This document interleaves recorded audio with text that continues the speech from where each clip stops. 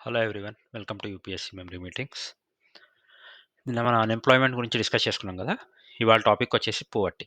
Okay, పువర్టీలోకి వెళ్ళే ముందు మీ అందరికి తెలిసే ఉంటుంది వాట్ ఈస్ ఎ పువర్టీ. ఒక పువర్టీ లైన్ అంటే ఏంటి, okay, below the poverty line, above the poverty line అని చెప్పి చాలా రకాలుగా చెప్తూ ఉంటారు కదా. What is a poverty? So బేసిక్గా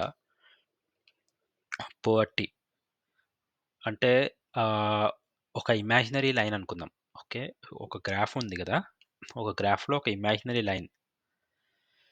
సో ఈ ఇమాజినరీ లైన్లో ఓకే పర్ యానం కొన్ని ఒక టేబుల్ ఉంటుంది, రైట్. సో ఇక్కడ కాదు, ఇది మనకి, సో ఇక్కడ నుంచి స్టార్ట్ చేద్దాం, రైట్. సో ఇది ఒక గ్రాఫ్, ఇది ఒక లైన్.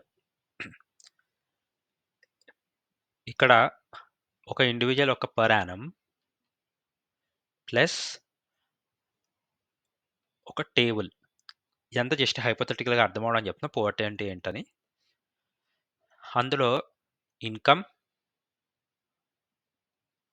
ఆ తర్వాత ఓకే మనకి ఇంకేమైనా పెట్టుకోవచ్చు, ఇన్కము,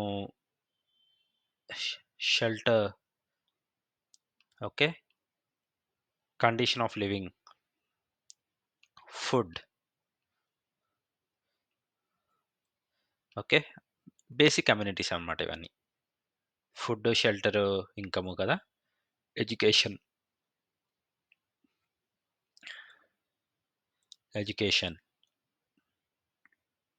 రైట్. సో ఇవి మినిమం స్టాండర్డ్స్ కూడా మీట్ అవ్వకపోతే, ఏవి, income, shelter, food, education, right, ఏవైనా మినిమం స్టాండర్డ్స్ మీట్ అవ్వకపోతే ఓకే, సో వాళ్ళు పువర్టీ లైన్ కింద ఉన్నట్టు. ఓకే, మినిమం తిండి, food, cloth, right, cloth, income, shelter, ఇవన్నీ బేర్ మినిమం కంటే తక్కువ ఉంటే, బేర్ మినిమం అంటే తక్కువలో తక్కువ కంటే ఇంకా కింద స్థాయిలో ఉంటే వీళ్ళు below the poverty line. So ఇది పోవర్టీ లైన్, అనమాట. ఓకే, ఇది పోవర్టీ లైన్. సో ఈ అబౌవ్ పార్ట్ ఏదైతే ఉందో వీళ్ళందరే above the poverty line. So అంటే వీళ్ళందరూ రిచ్ అని కాదు, ఓకే, కాకపోతే బేసిక్ కమ్యూనిటీస్ ఉన్నాయి వాళ్ళకి. ఈ బేసిక్ కమ్యూనిటీస్ వీటిలో ఏది ఒక్కటి లేకపోయినా below poverty line. Okay, so అది మన తెలుగులో మాట్లాడుకునే పోవర్టీ, రైట్. సో పోవర్టీ అంటే ఏంటి? Social phenomena in which the section of the society is unable to fulfil the basic necessities. Okay, next types of the poverty. Poverty అంటే ఏమేమి ఉన్నాయి? Absolute poverty అంటే person without basic communities. Okay, basic communities కూడా లేకపోతే comes under poverty, right. అలాగే relative poverty అంటే ఏంటంటే comparison of the people with the different income groups. Okay, Engel's law ఏం చెప్తోందంటే 19th సెంచరీ అబ్జర్వేషన్ ప్రకారం ఇన్కమ్ పెరిగితే ఎక్స్పెండిచర్ ఆన్ ద ఫుడ్ తగ్గుతుంది అండ్ సేవింగ్స్ అండ్ లగ్జరీ పెరుగుతాయి, రైట్. సో రిలేటివ్ పోవర్టీ అంటే ఏంటి? Comparison of people with different income group. దాన్ని prove చేయడానికి మనకి ఏంజల్స్ లా ఉంది. ఏంజల్స్ లా ఏం చెప్తోందంటే 19th సెంచరీ అబ్జర్వేషన్ ప్రకారం ఇన్కమ్ పెరిగే కొద్దీ ఫుడ్ మీద ఎక్స్పెండిచర్ తగ్గుతుంది, సేవింగ్స్ అండ్ లగ్జరీ మీద పెరుగుతుంది. ఇప్పుడు మనం ఉన్న సెలబ్రిటీస్ చూస్తాం, రిచ్ పర్సన్స్, రిచ్ పీపుల్, పెద్ద పెద్ద సెలబ్రిటీస్, వాళ్ళందరూ ఏంటి, ఫుడ్ మీద ఎక్కువ స్పెండ్ చేయరు మనీ, రైట్. చాలా మినిమల్ డైట్ ఫాలో అవుతారు, చాలా మినిమల్ తింటారు. డైట్ ఉంటుంది, హై స్టాండర్డ్ డైట్ ఉంటుంది, but the quantity of the food, and the excess expenditure on the quantity of the food. Okay, quantity food ఒక క్వాంటిటీ, ఇంకా దాని మీద స్పెండ్ చేసే ఎక్సెస్ ఎక్స్పెండిచర్ అనేది ఉండదు. Maybe quality of the food high ఉండొచ్చు, right, but the quantity, అంటే for example it's a plate where ఒక middle class and plate of rich తీసుకుంటే ఇట్స్ లైక్ ఒక middle class, upper middle class తీసుకుంటే రెగ్యులర్‌గా carbs like అంటే dal, rice, roti and it's like okay curd or something. మనది అలా ఉంటుందనుకుందాం. అండ్ రిచ్ వాళ్ళది they they eat less like ah, rice, salad something like that. Okay. Example చెప్తున్నాను. But yeah! So, that's how they spend the quality of the food పెరుగుతుంది తప్ప expenditure పెరగదు. But savings చాలా ఉంటాయి వాళ్ళ దగ్గర and luxury is ultimate. Right? So, that is Engel's law observation. Next measuring the poverty. Head count ratio. Population below the poverty line as per the 2011-12 is 21.9. Measuring the poverty. Poverty ఎలా measure చేస్తాం? Head count రేషియోతో measure చేస్తాం. ఎలా అంటే 2011-12 census ప్రకారం population below the poverty line is 21.9. Basic necessities, amenities కూడా లేనిది. Okay. 21.9% ఉన్నారు. పోవర్టీ గ్యాప్ ఇండెక్స్ అంటే difference between the poor's expenditure or income and predetermined poverty line measures the intensity of the poverty.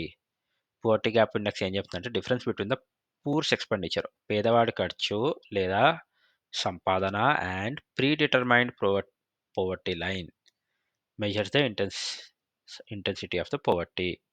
Predetermined అంటే already decide చేయబడిన poverty line. అంటే వాడి expenditure, వాడి income ఏదైతే ఉందో ఆల్రెడీ డిసైడెడ్ వాళ్ళకి ఇంత.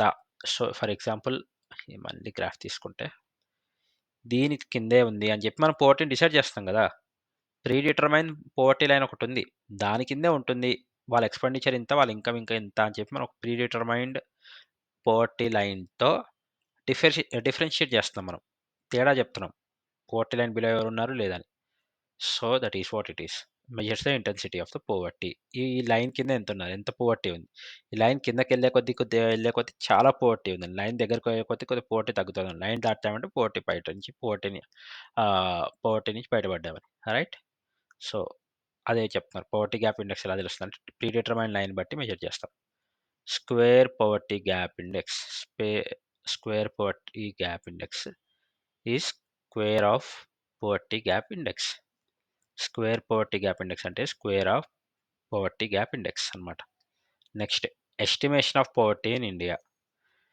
Estimation of poverty in India is early effort to estimate poverty was Dadabhai Nauroji's Poverty and Un-British Rule in India. Okay. Estimate of poverty in India ఏం చెప్తుందంటే early effort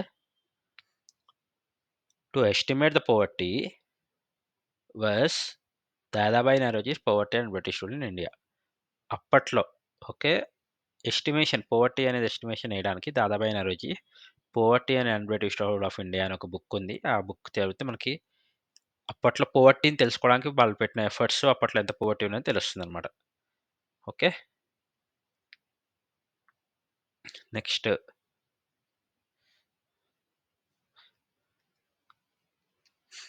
ministry of the rural development. ఇది 15-10% per capital per month. ఇది చాలా old data ఇది. ఇది ignore చేయండి. New data మనకి current అఫైర్స్‌లో దొరుకుతుంది.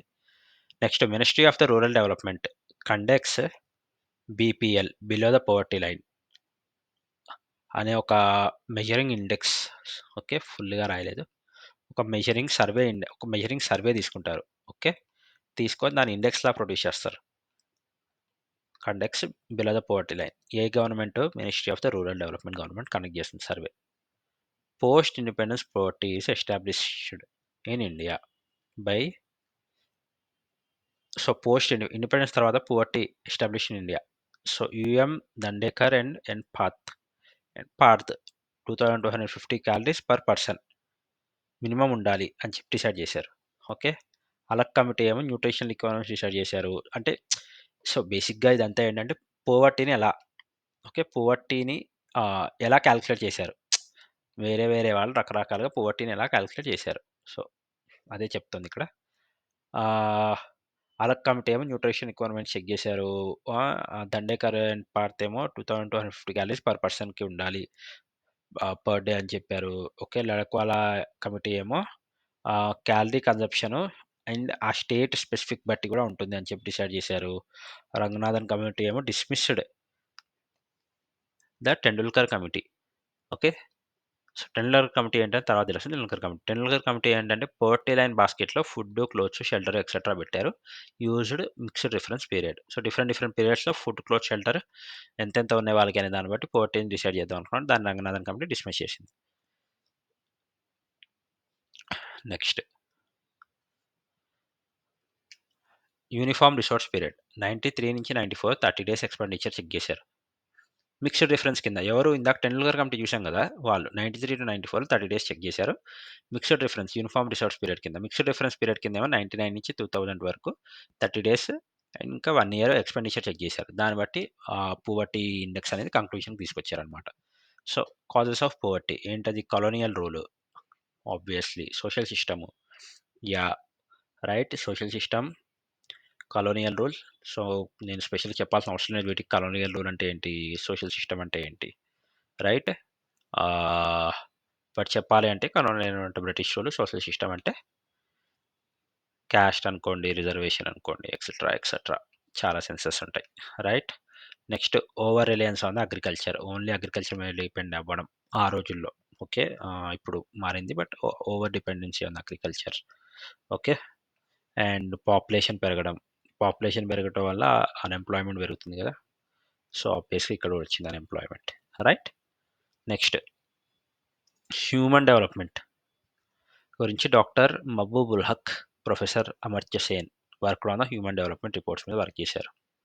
ఓకే. చేసి యునైటెడ్ నేషన్స్‌కి ప్రొవైడ్ చేశారు. And education and health improve చేయడానికి ట్రై చేసింది. ఓకే. United nations. పెద్ద ఇంపార్టెంట్ టాపిక్ ఏం కాదండి. But it's part of our syllabus. So, cover చేయాలి. ఓకే. మన నెక్స్ట్ టాపిక్ వచ్చేసి జీఎస్టీ. జీఎస్టీ చాలా ఇంట్రెస్టింగ్‌గా ఉంటుంది. ఓకే. సో, హోప్‌ఫుల్లీ మీకు ఈ అన్‌ఎంప్లాయ్‌మెంట్ అండ్ పోవర్టీ బాగా అర్థమయ్యాయి అనుకుంటున్నాను. నెక్స్ట్ టాపిక్ జీఎస్టీతో మళ్ళీ కలుద్దాం. అండ్ అంతవరకు అందరూ లైక్ చేయండి, షేర్ చేయండి, సబ్స్క్రైబ్ చేయండి ఛానెల్‌ని. తెలుగు యాస్పిరెంట్స్‌కి చాలా చాలా యూజ్ అవుతుంది. ఓకే. Thank you. బాయ్.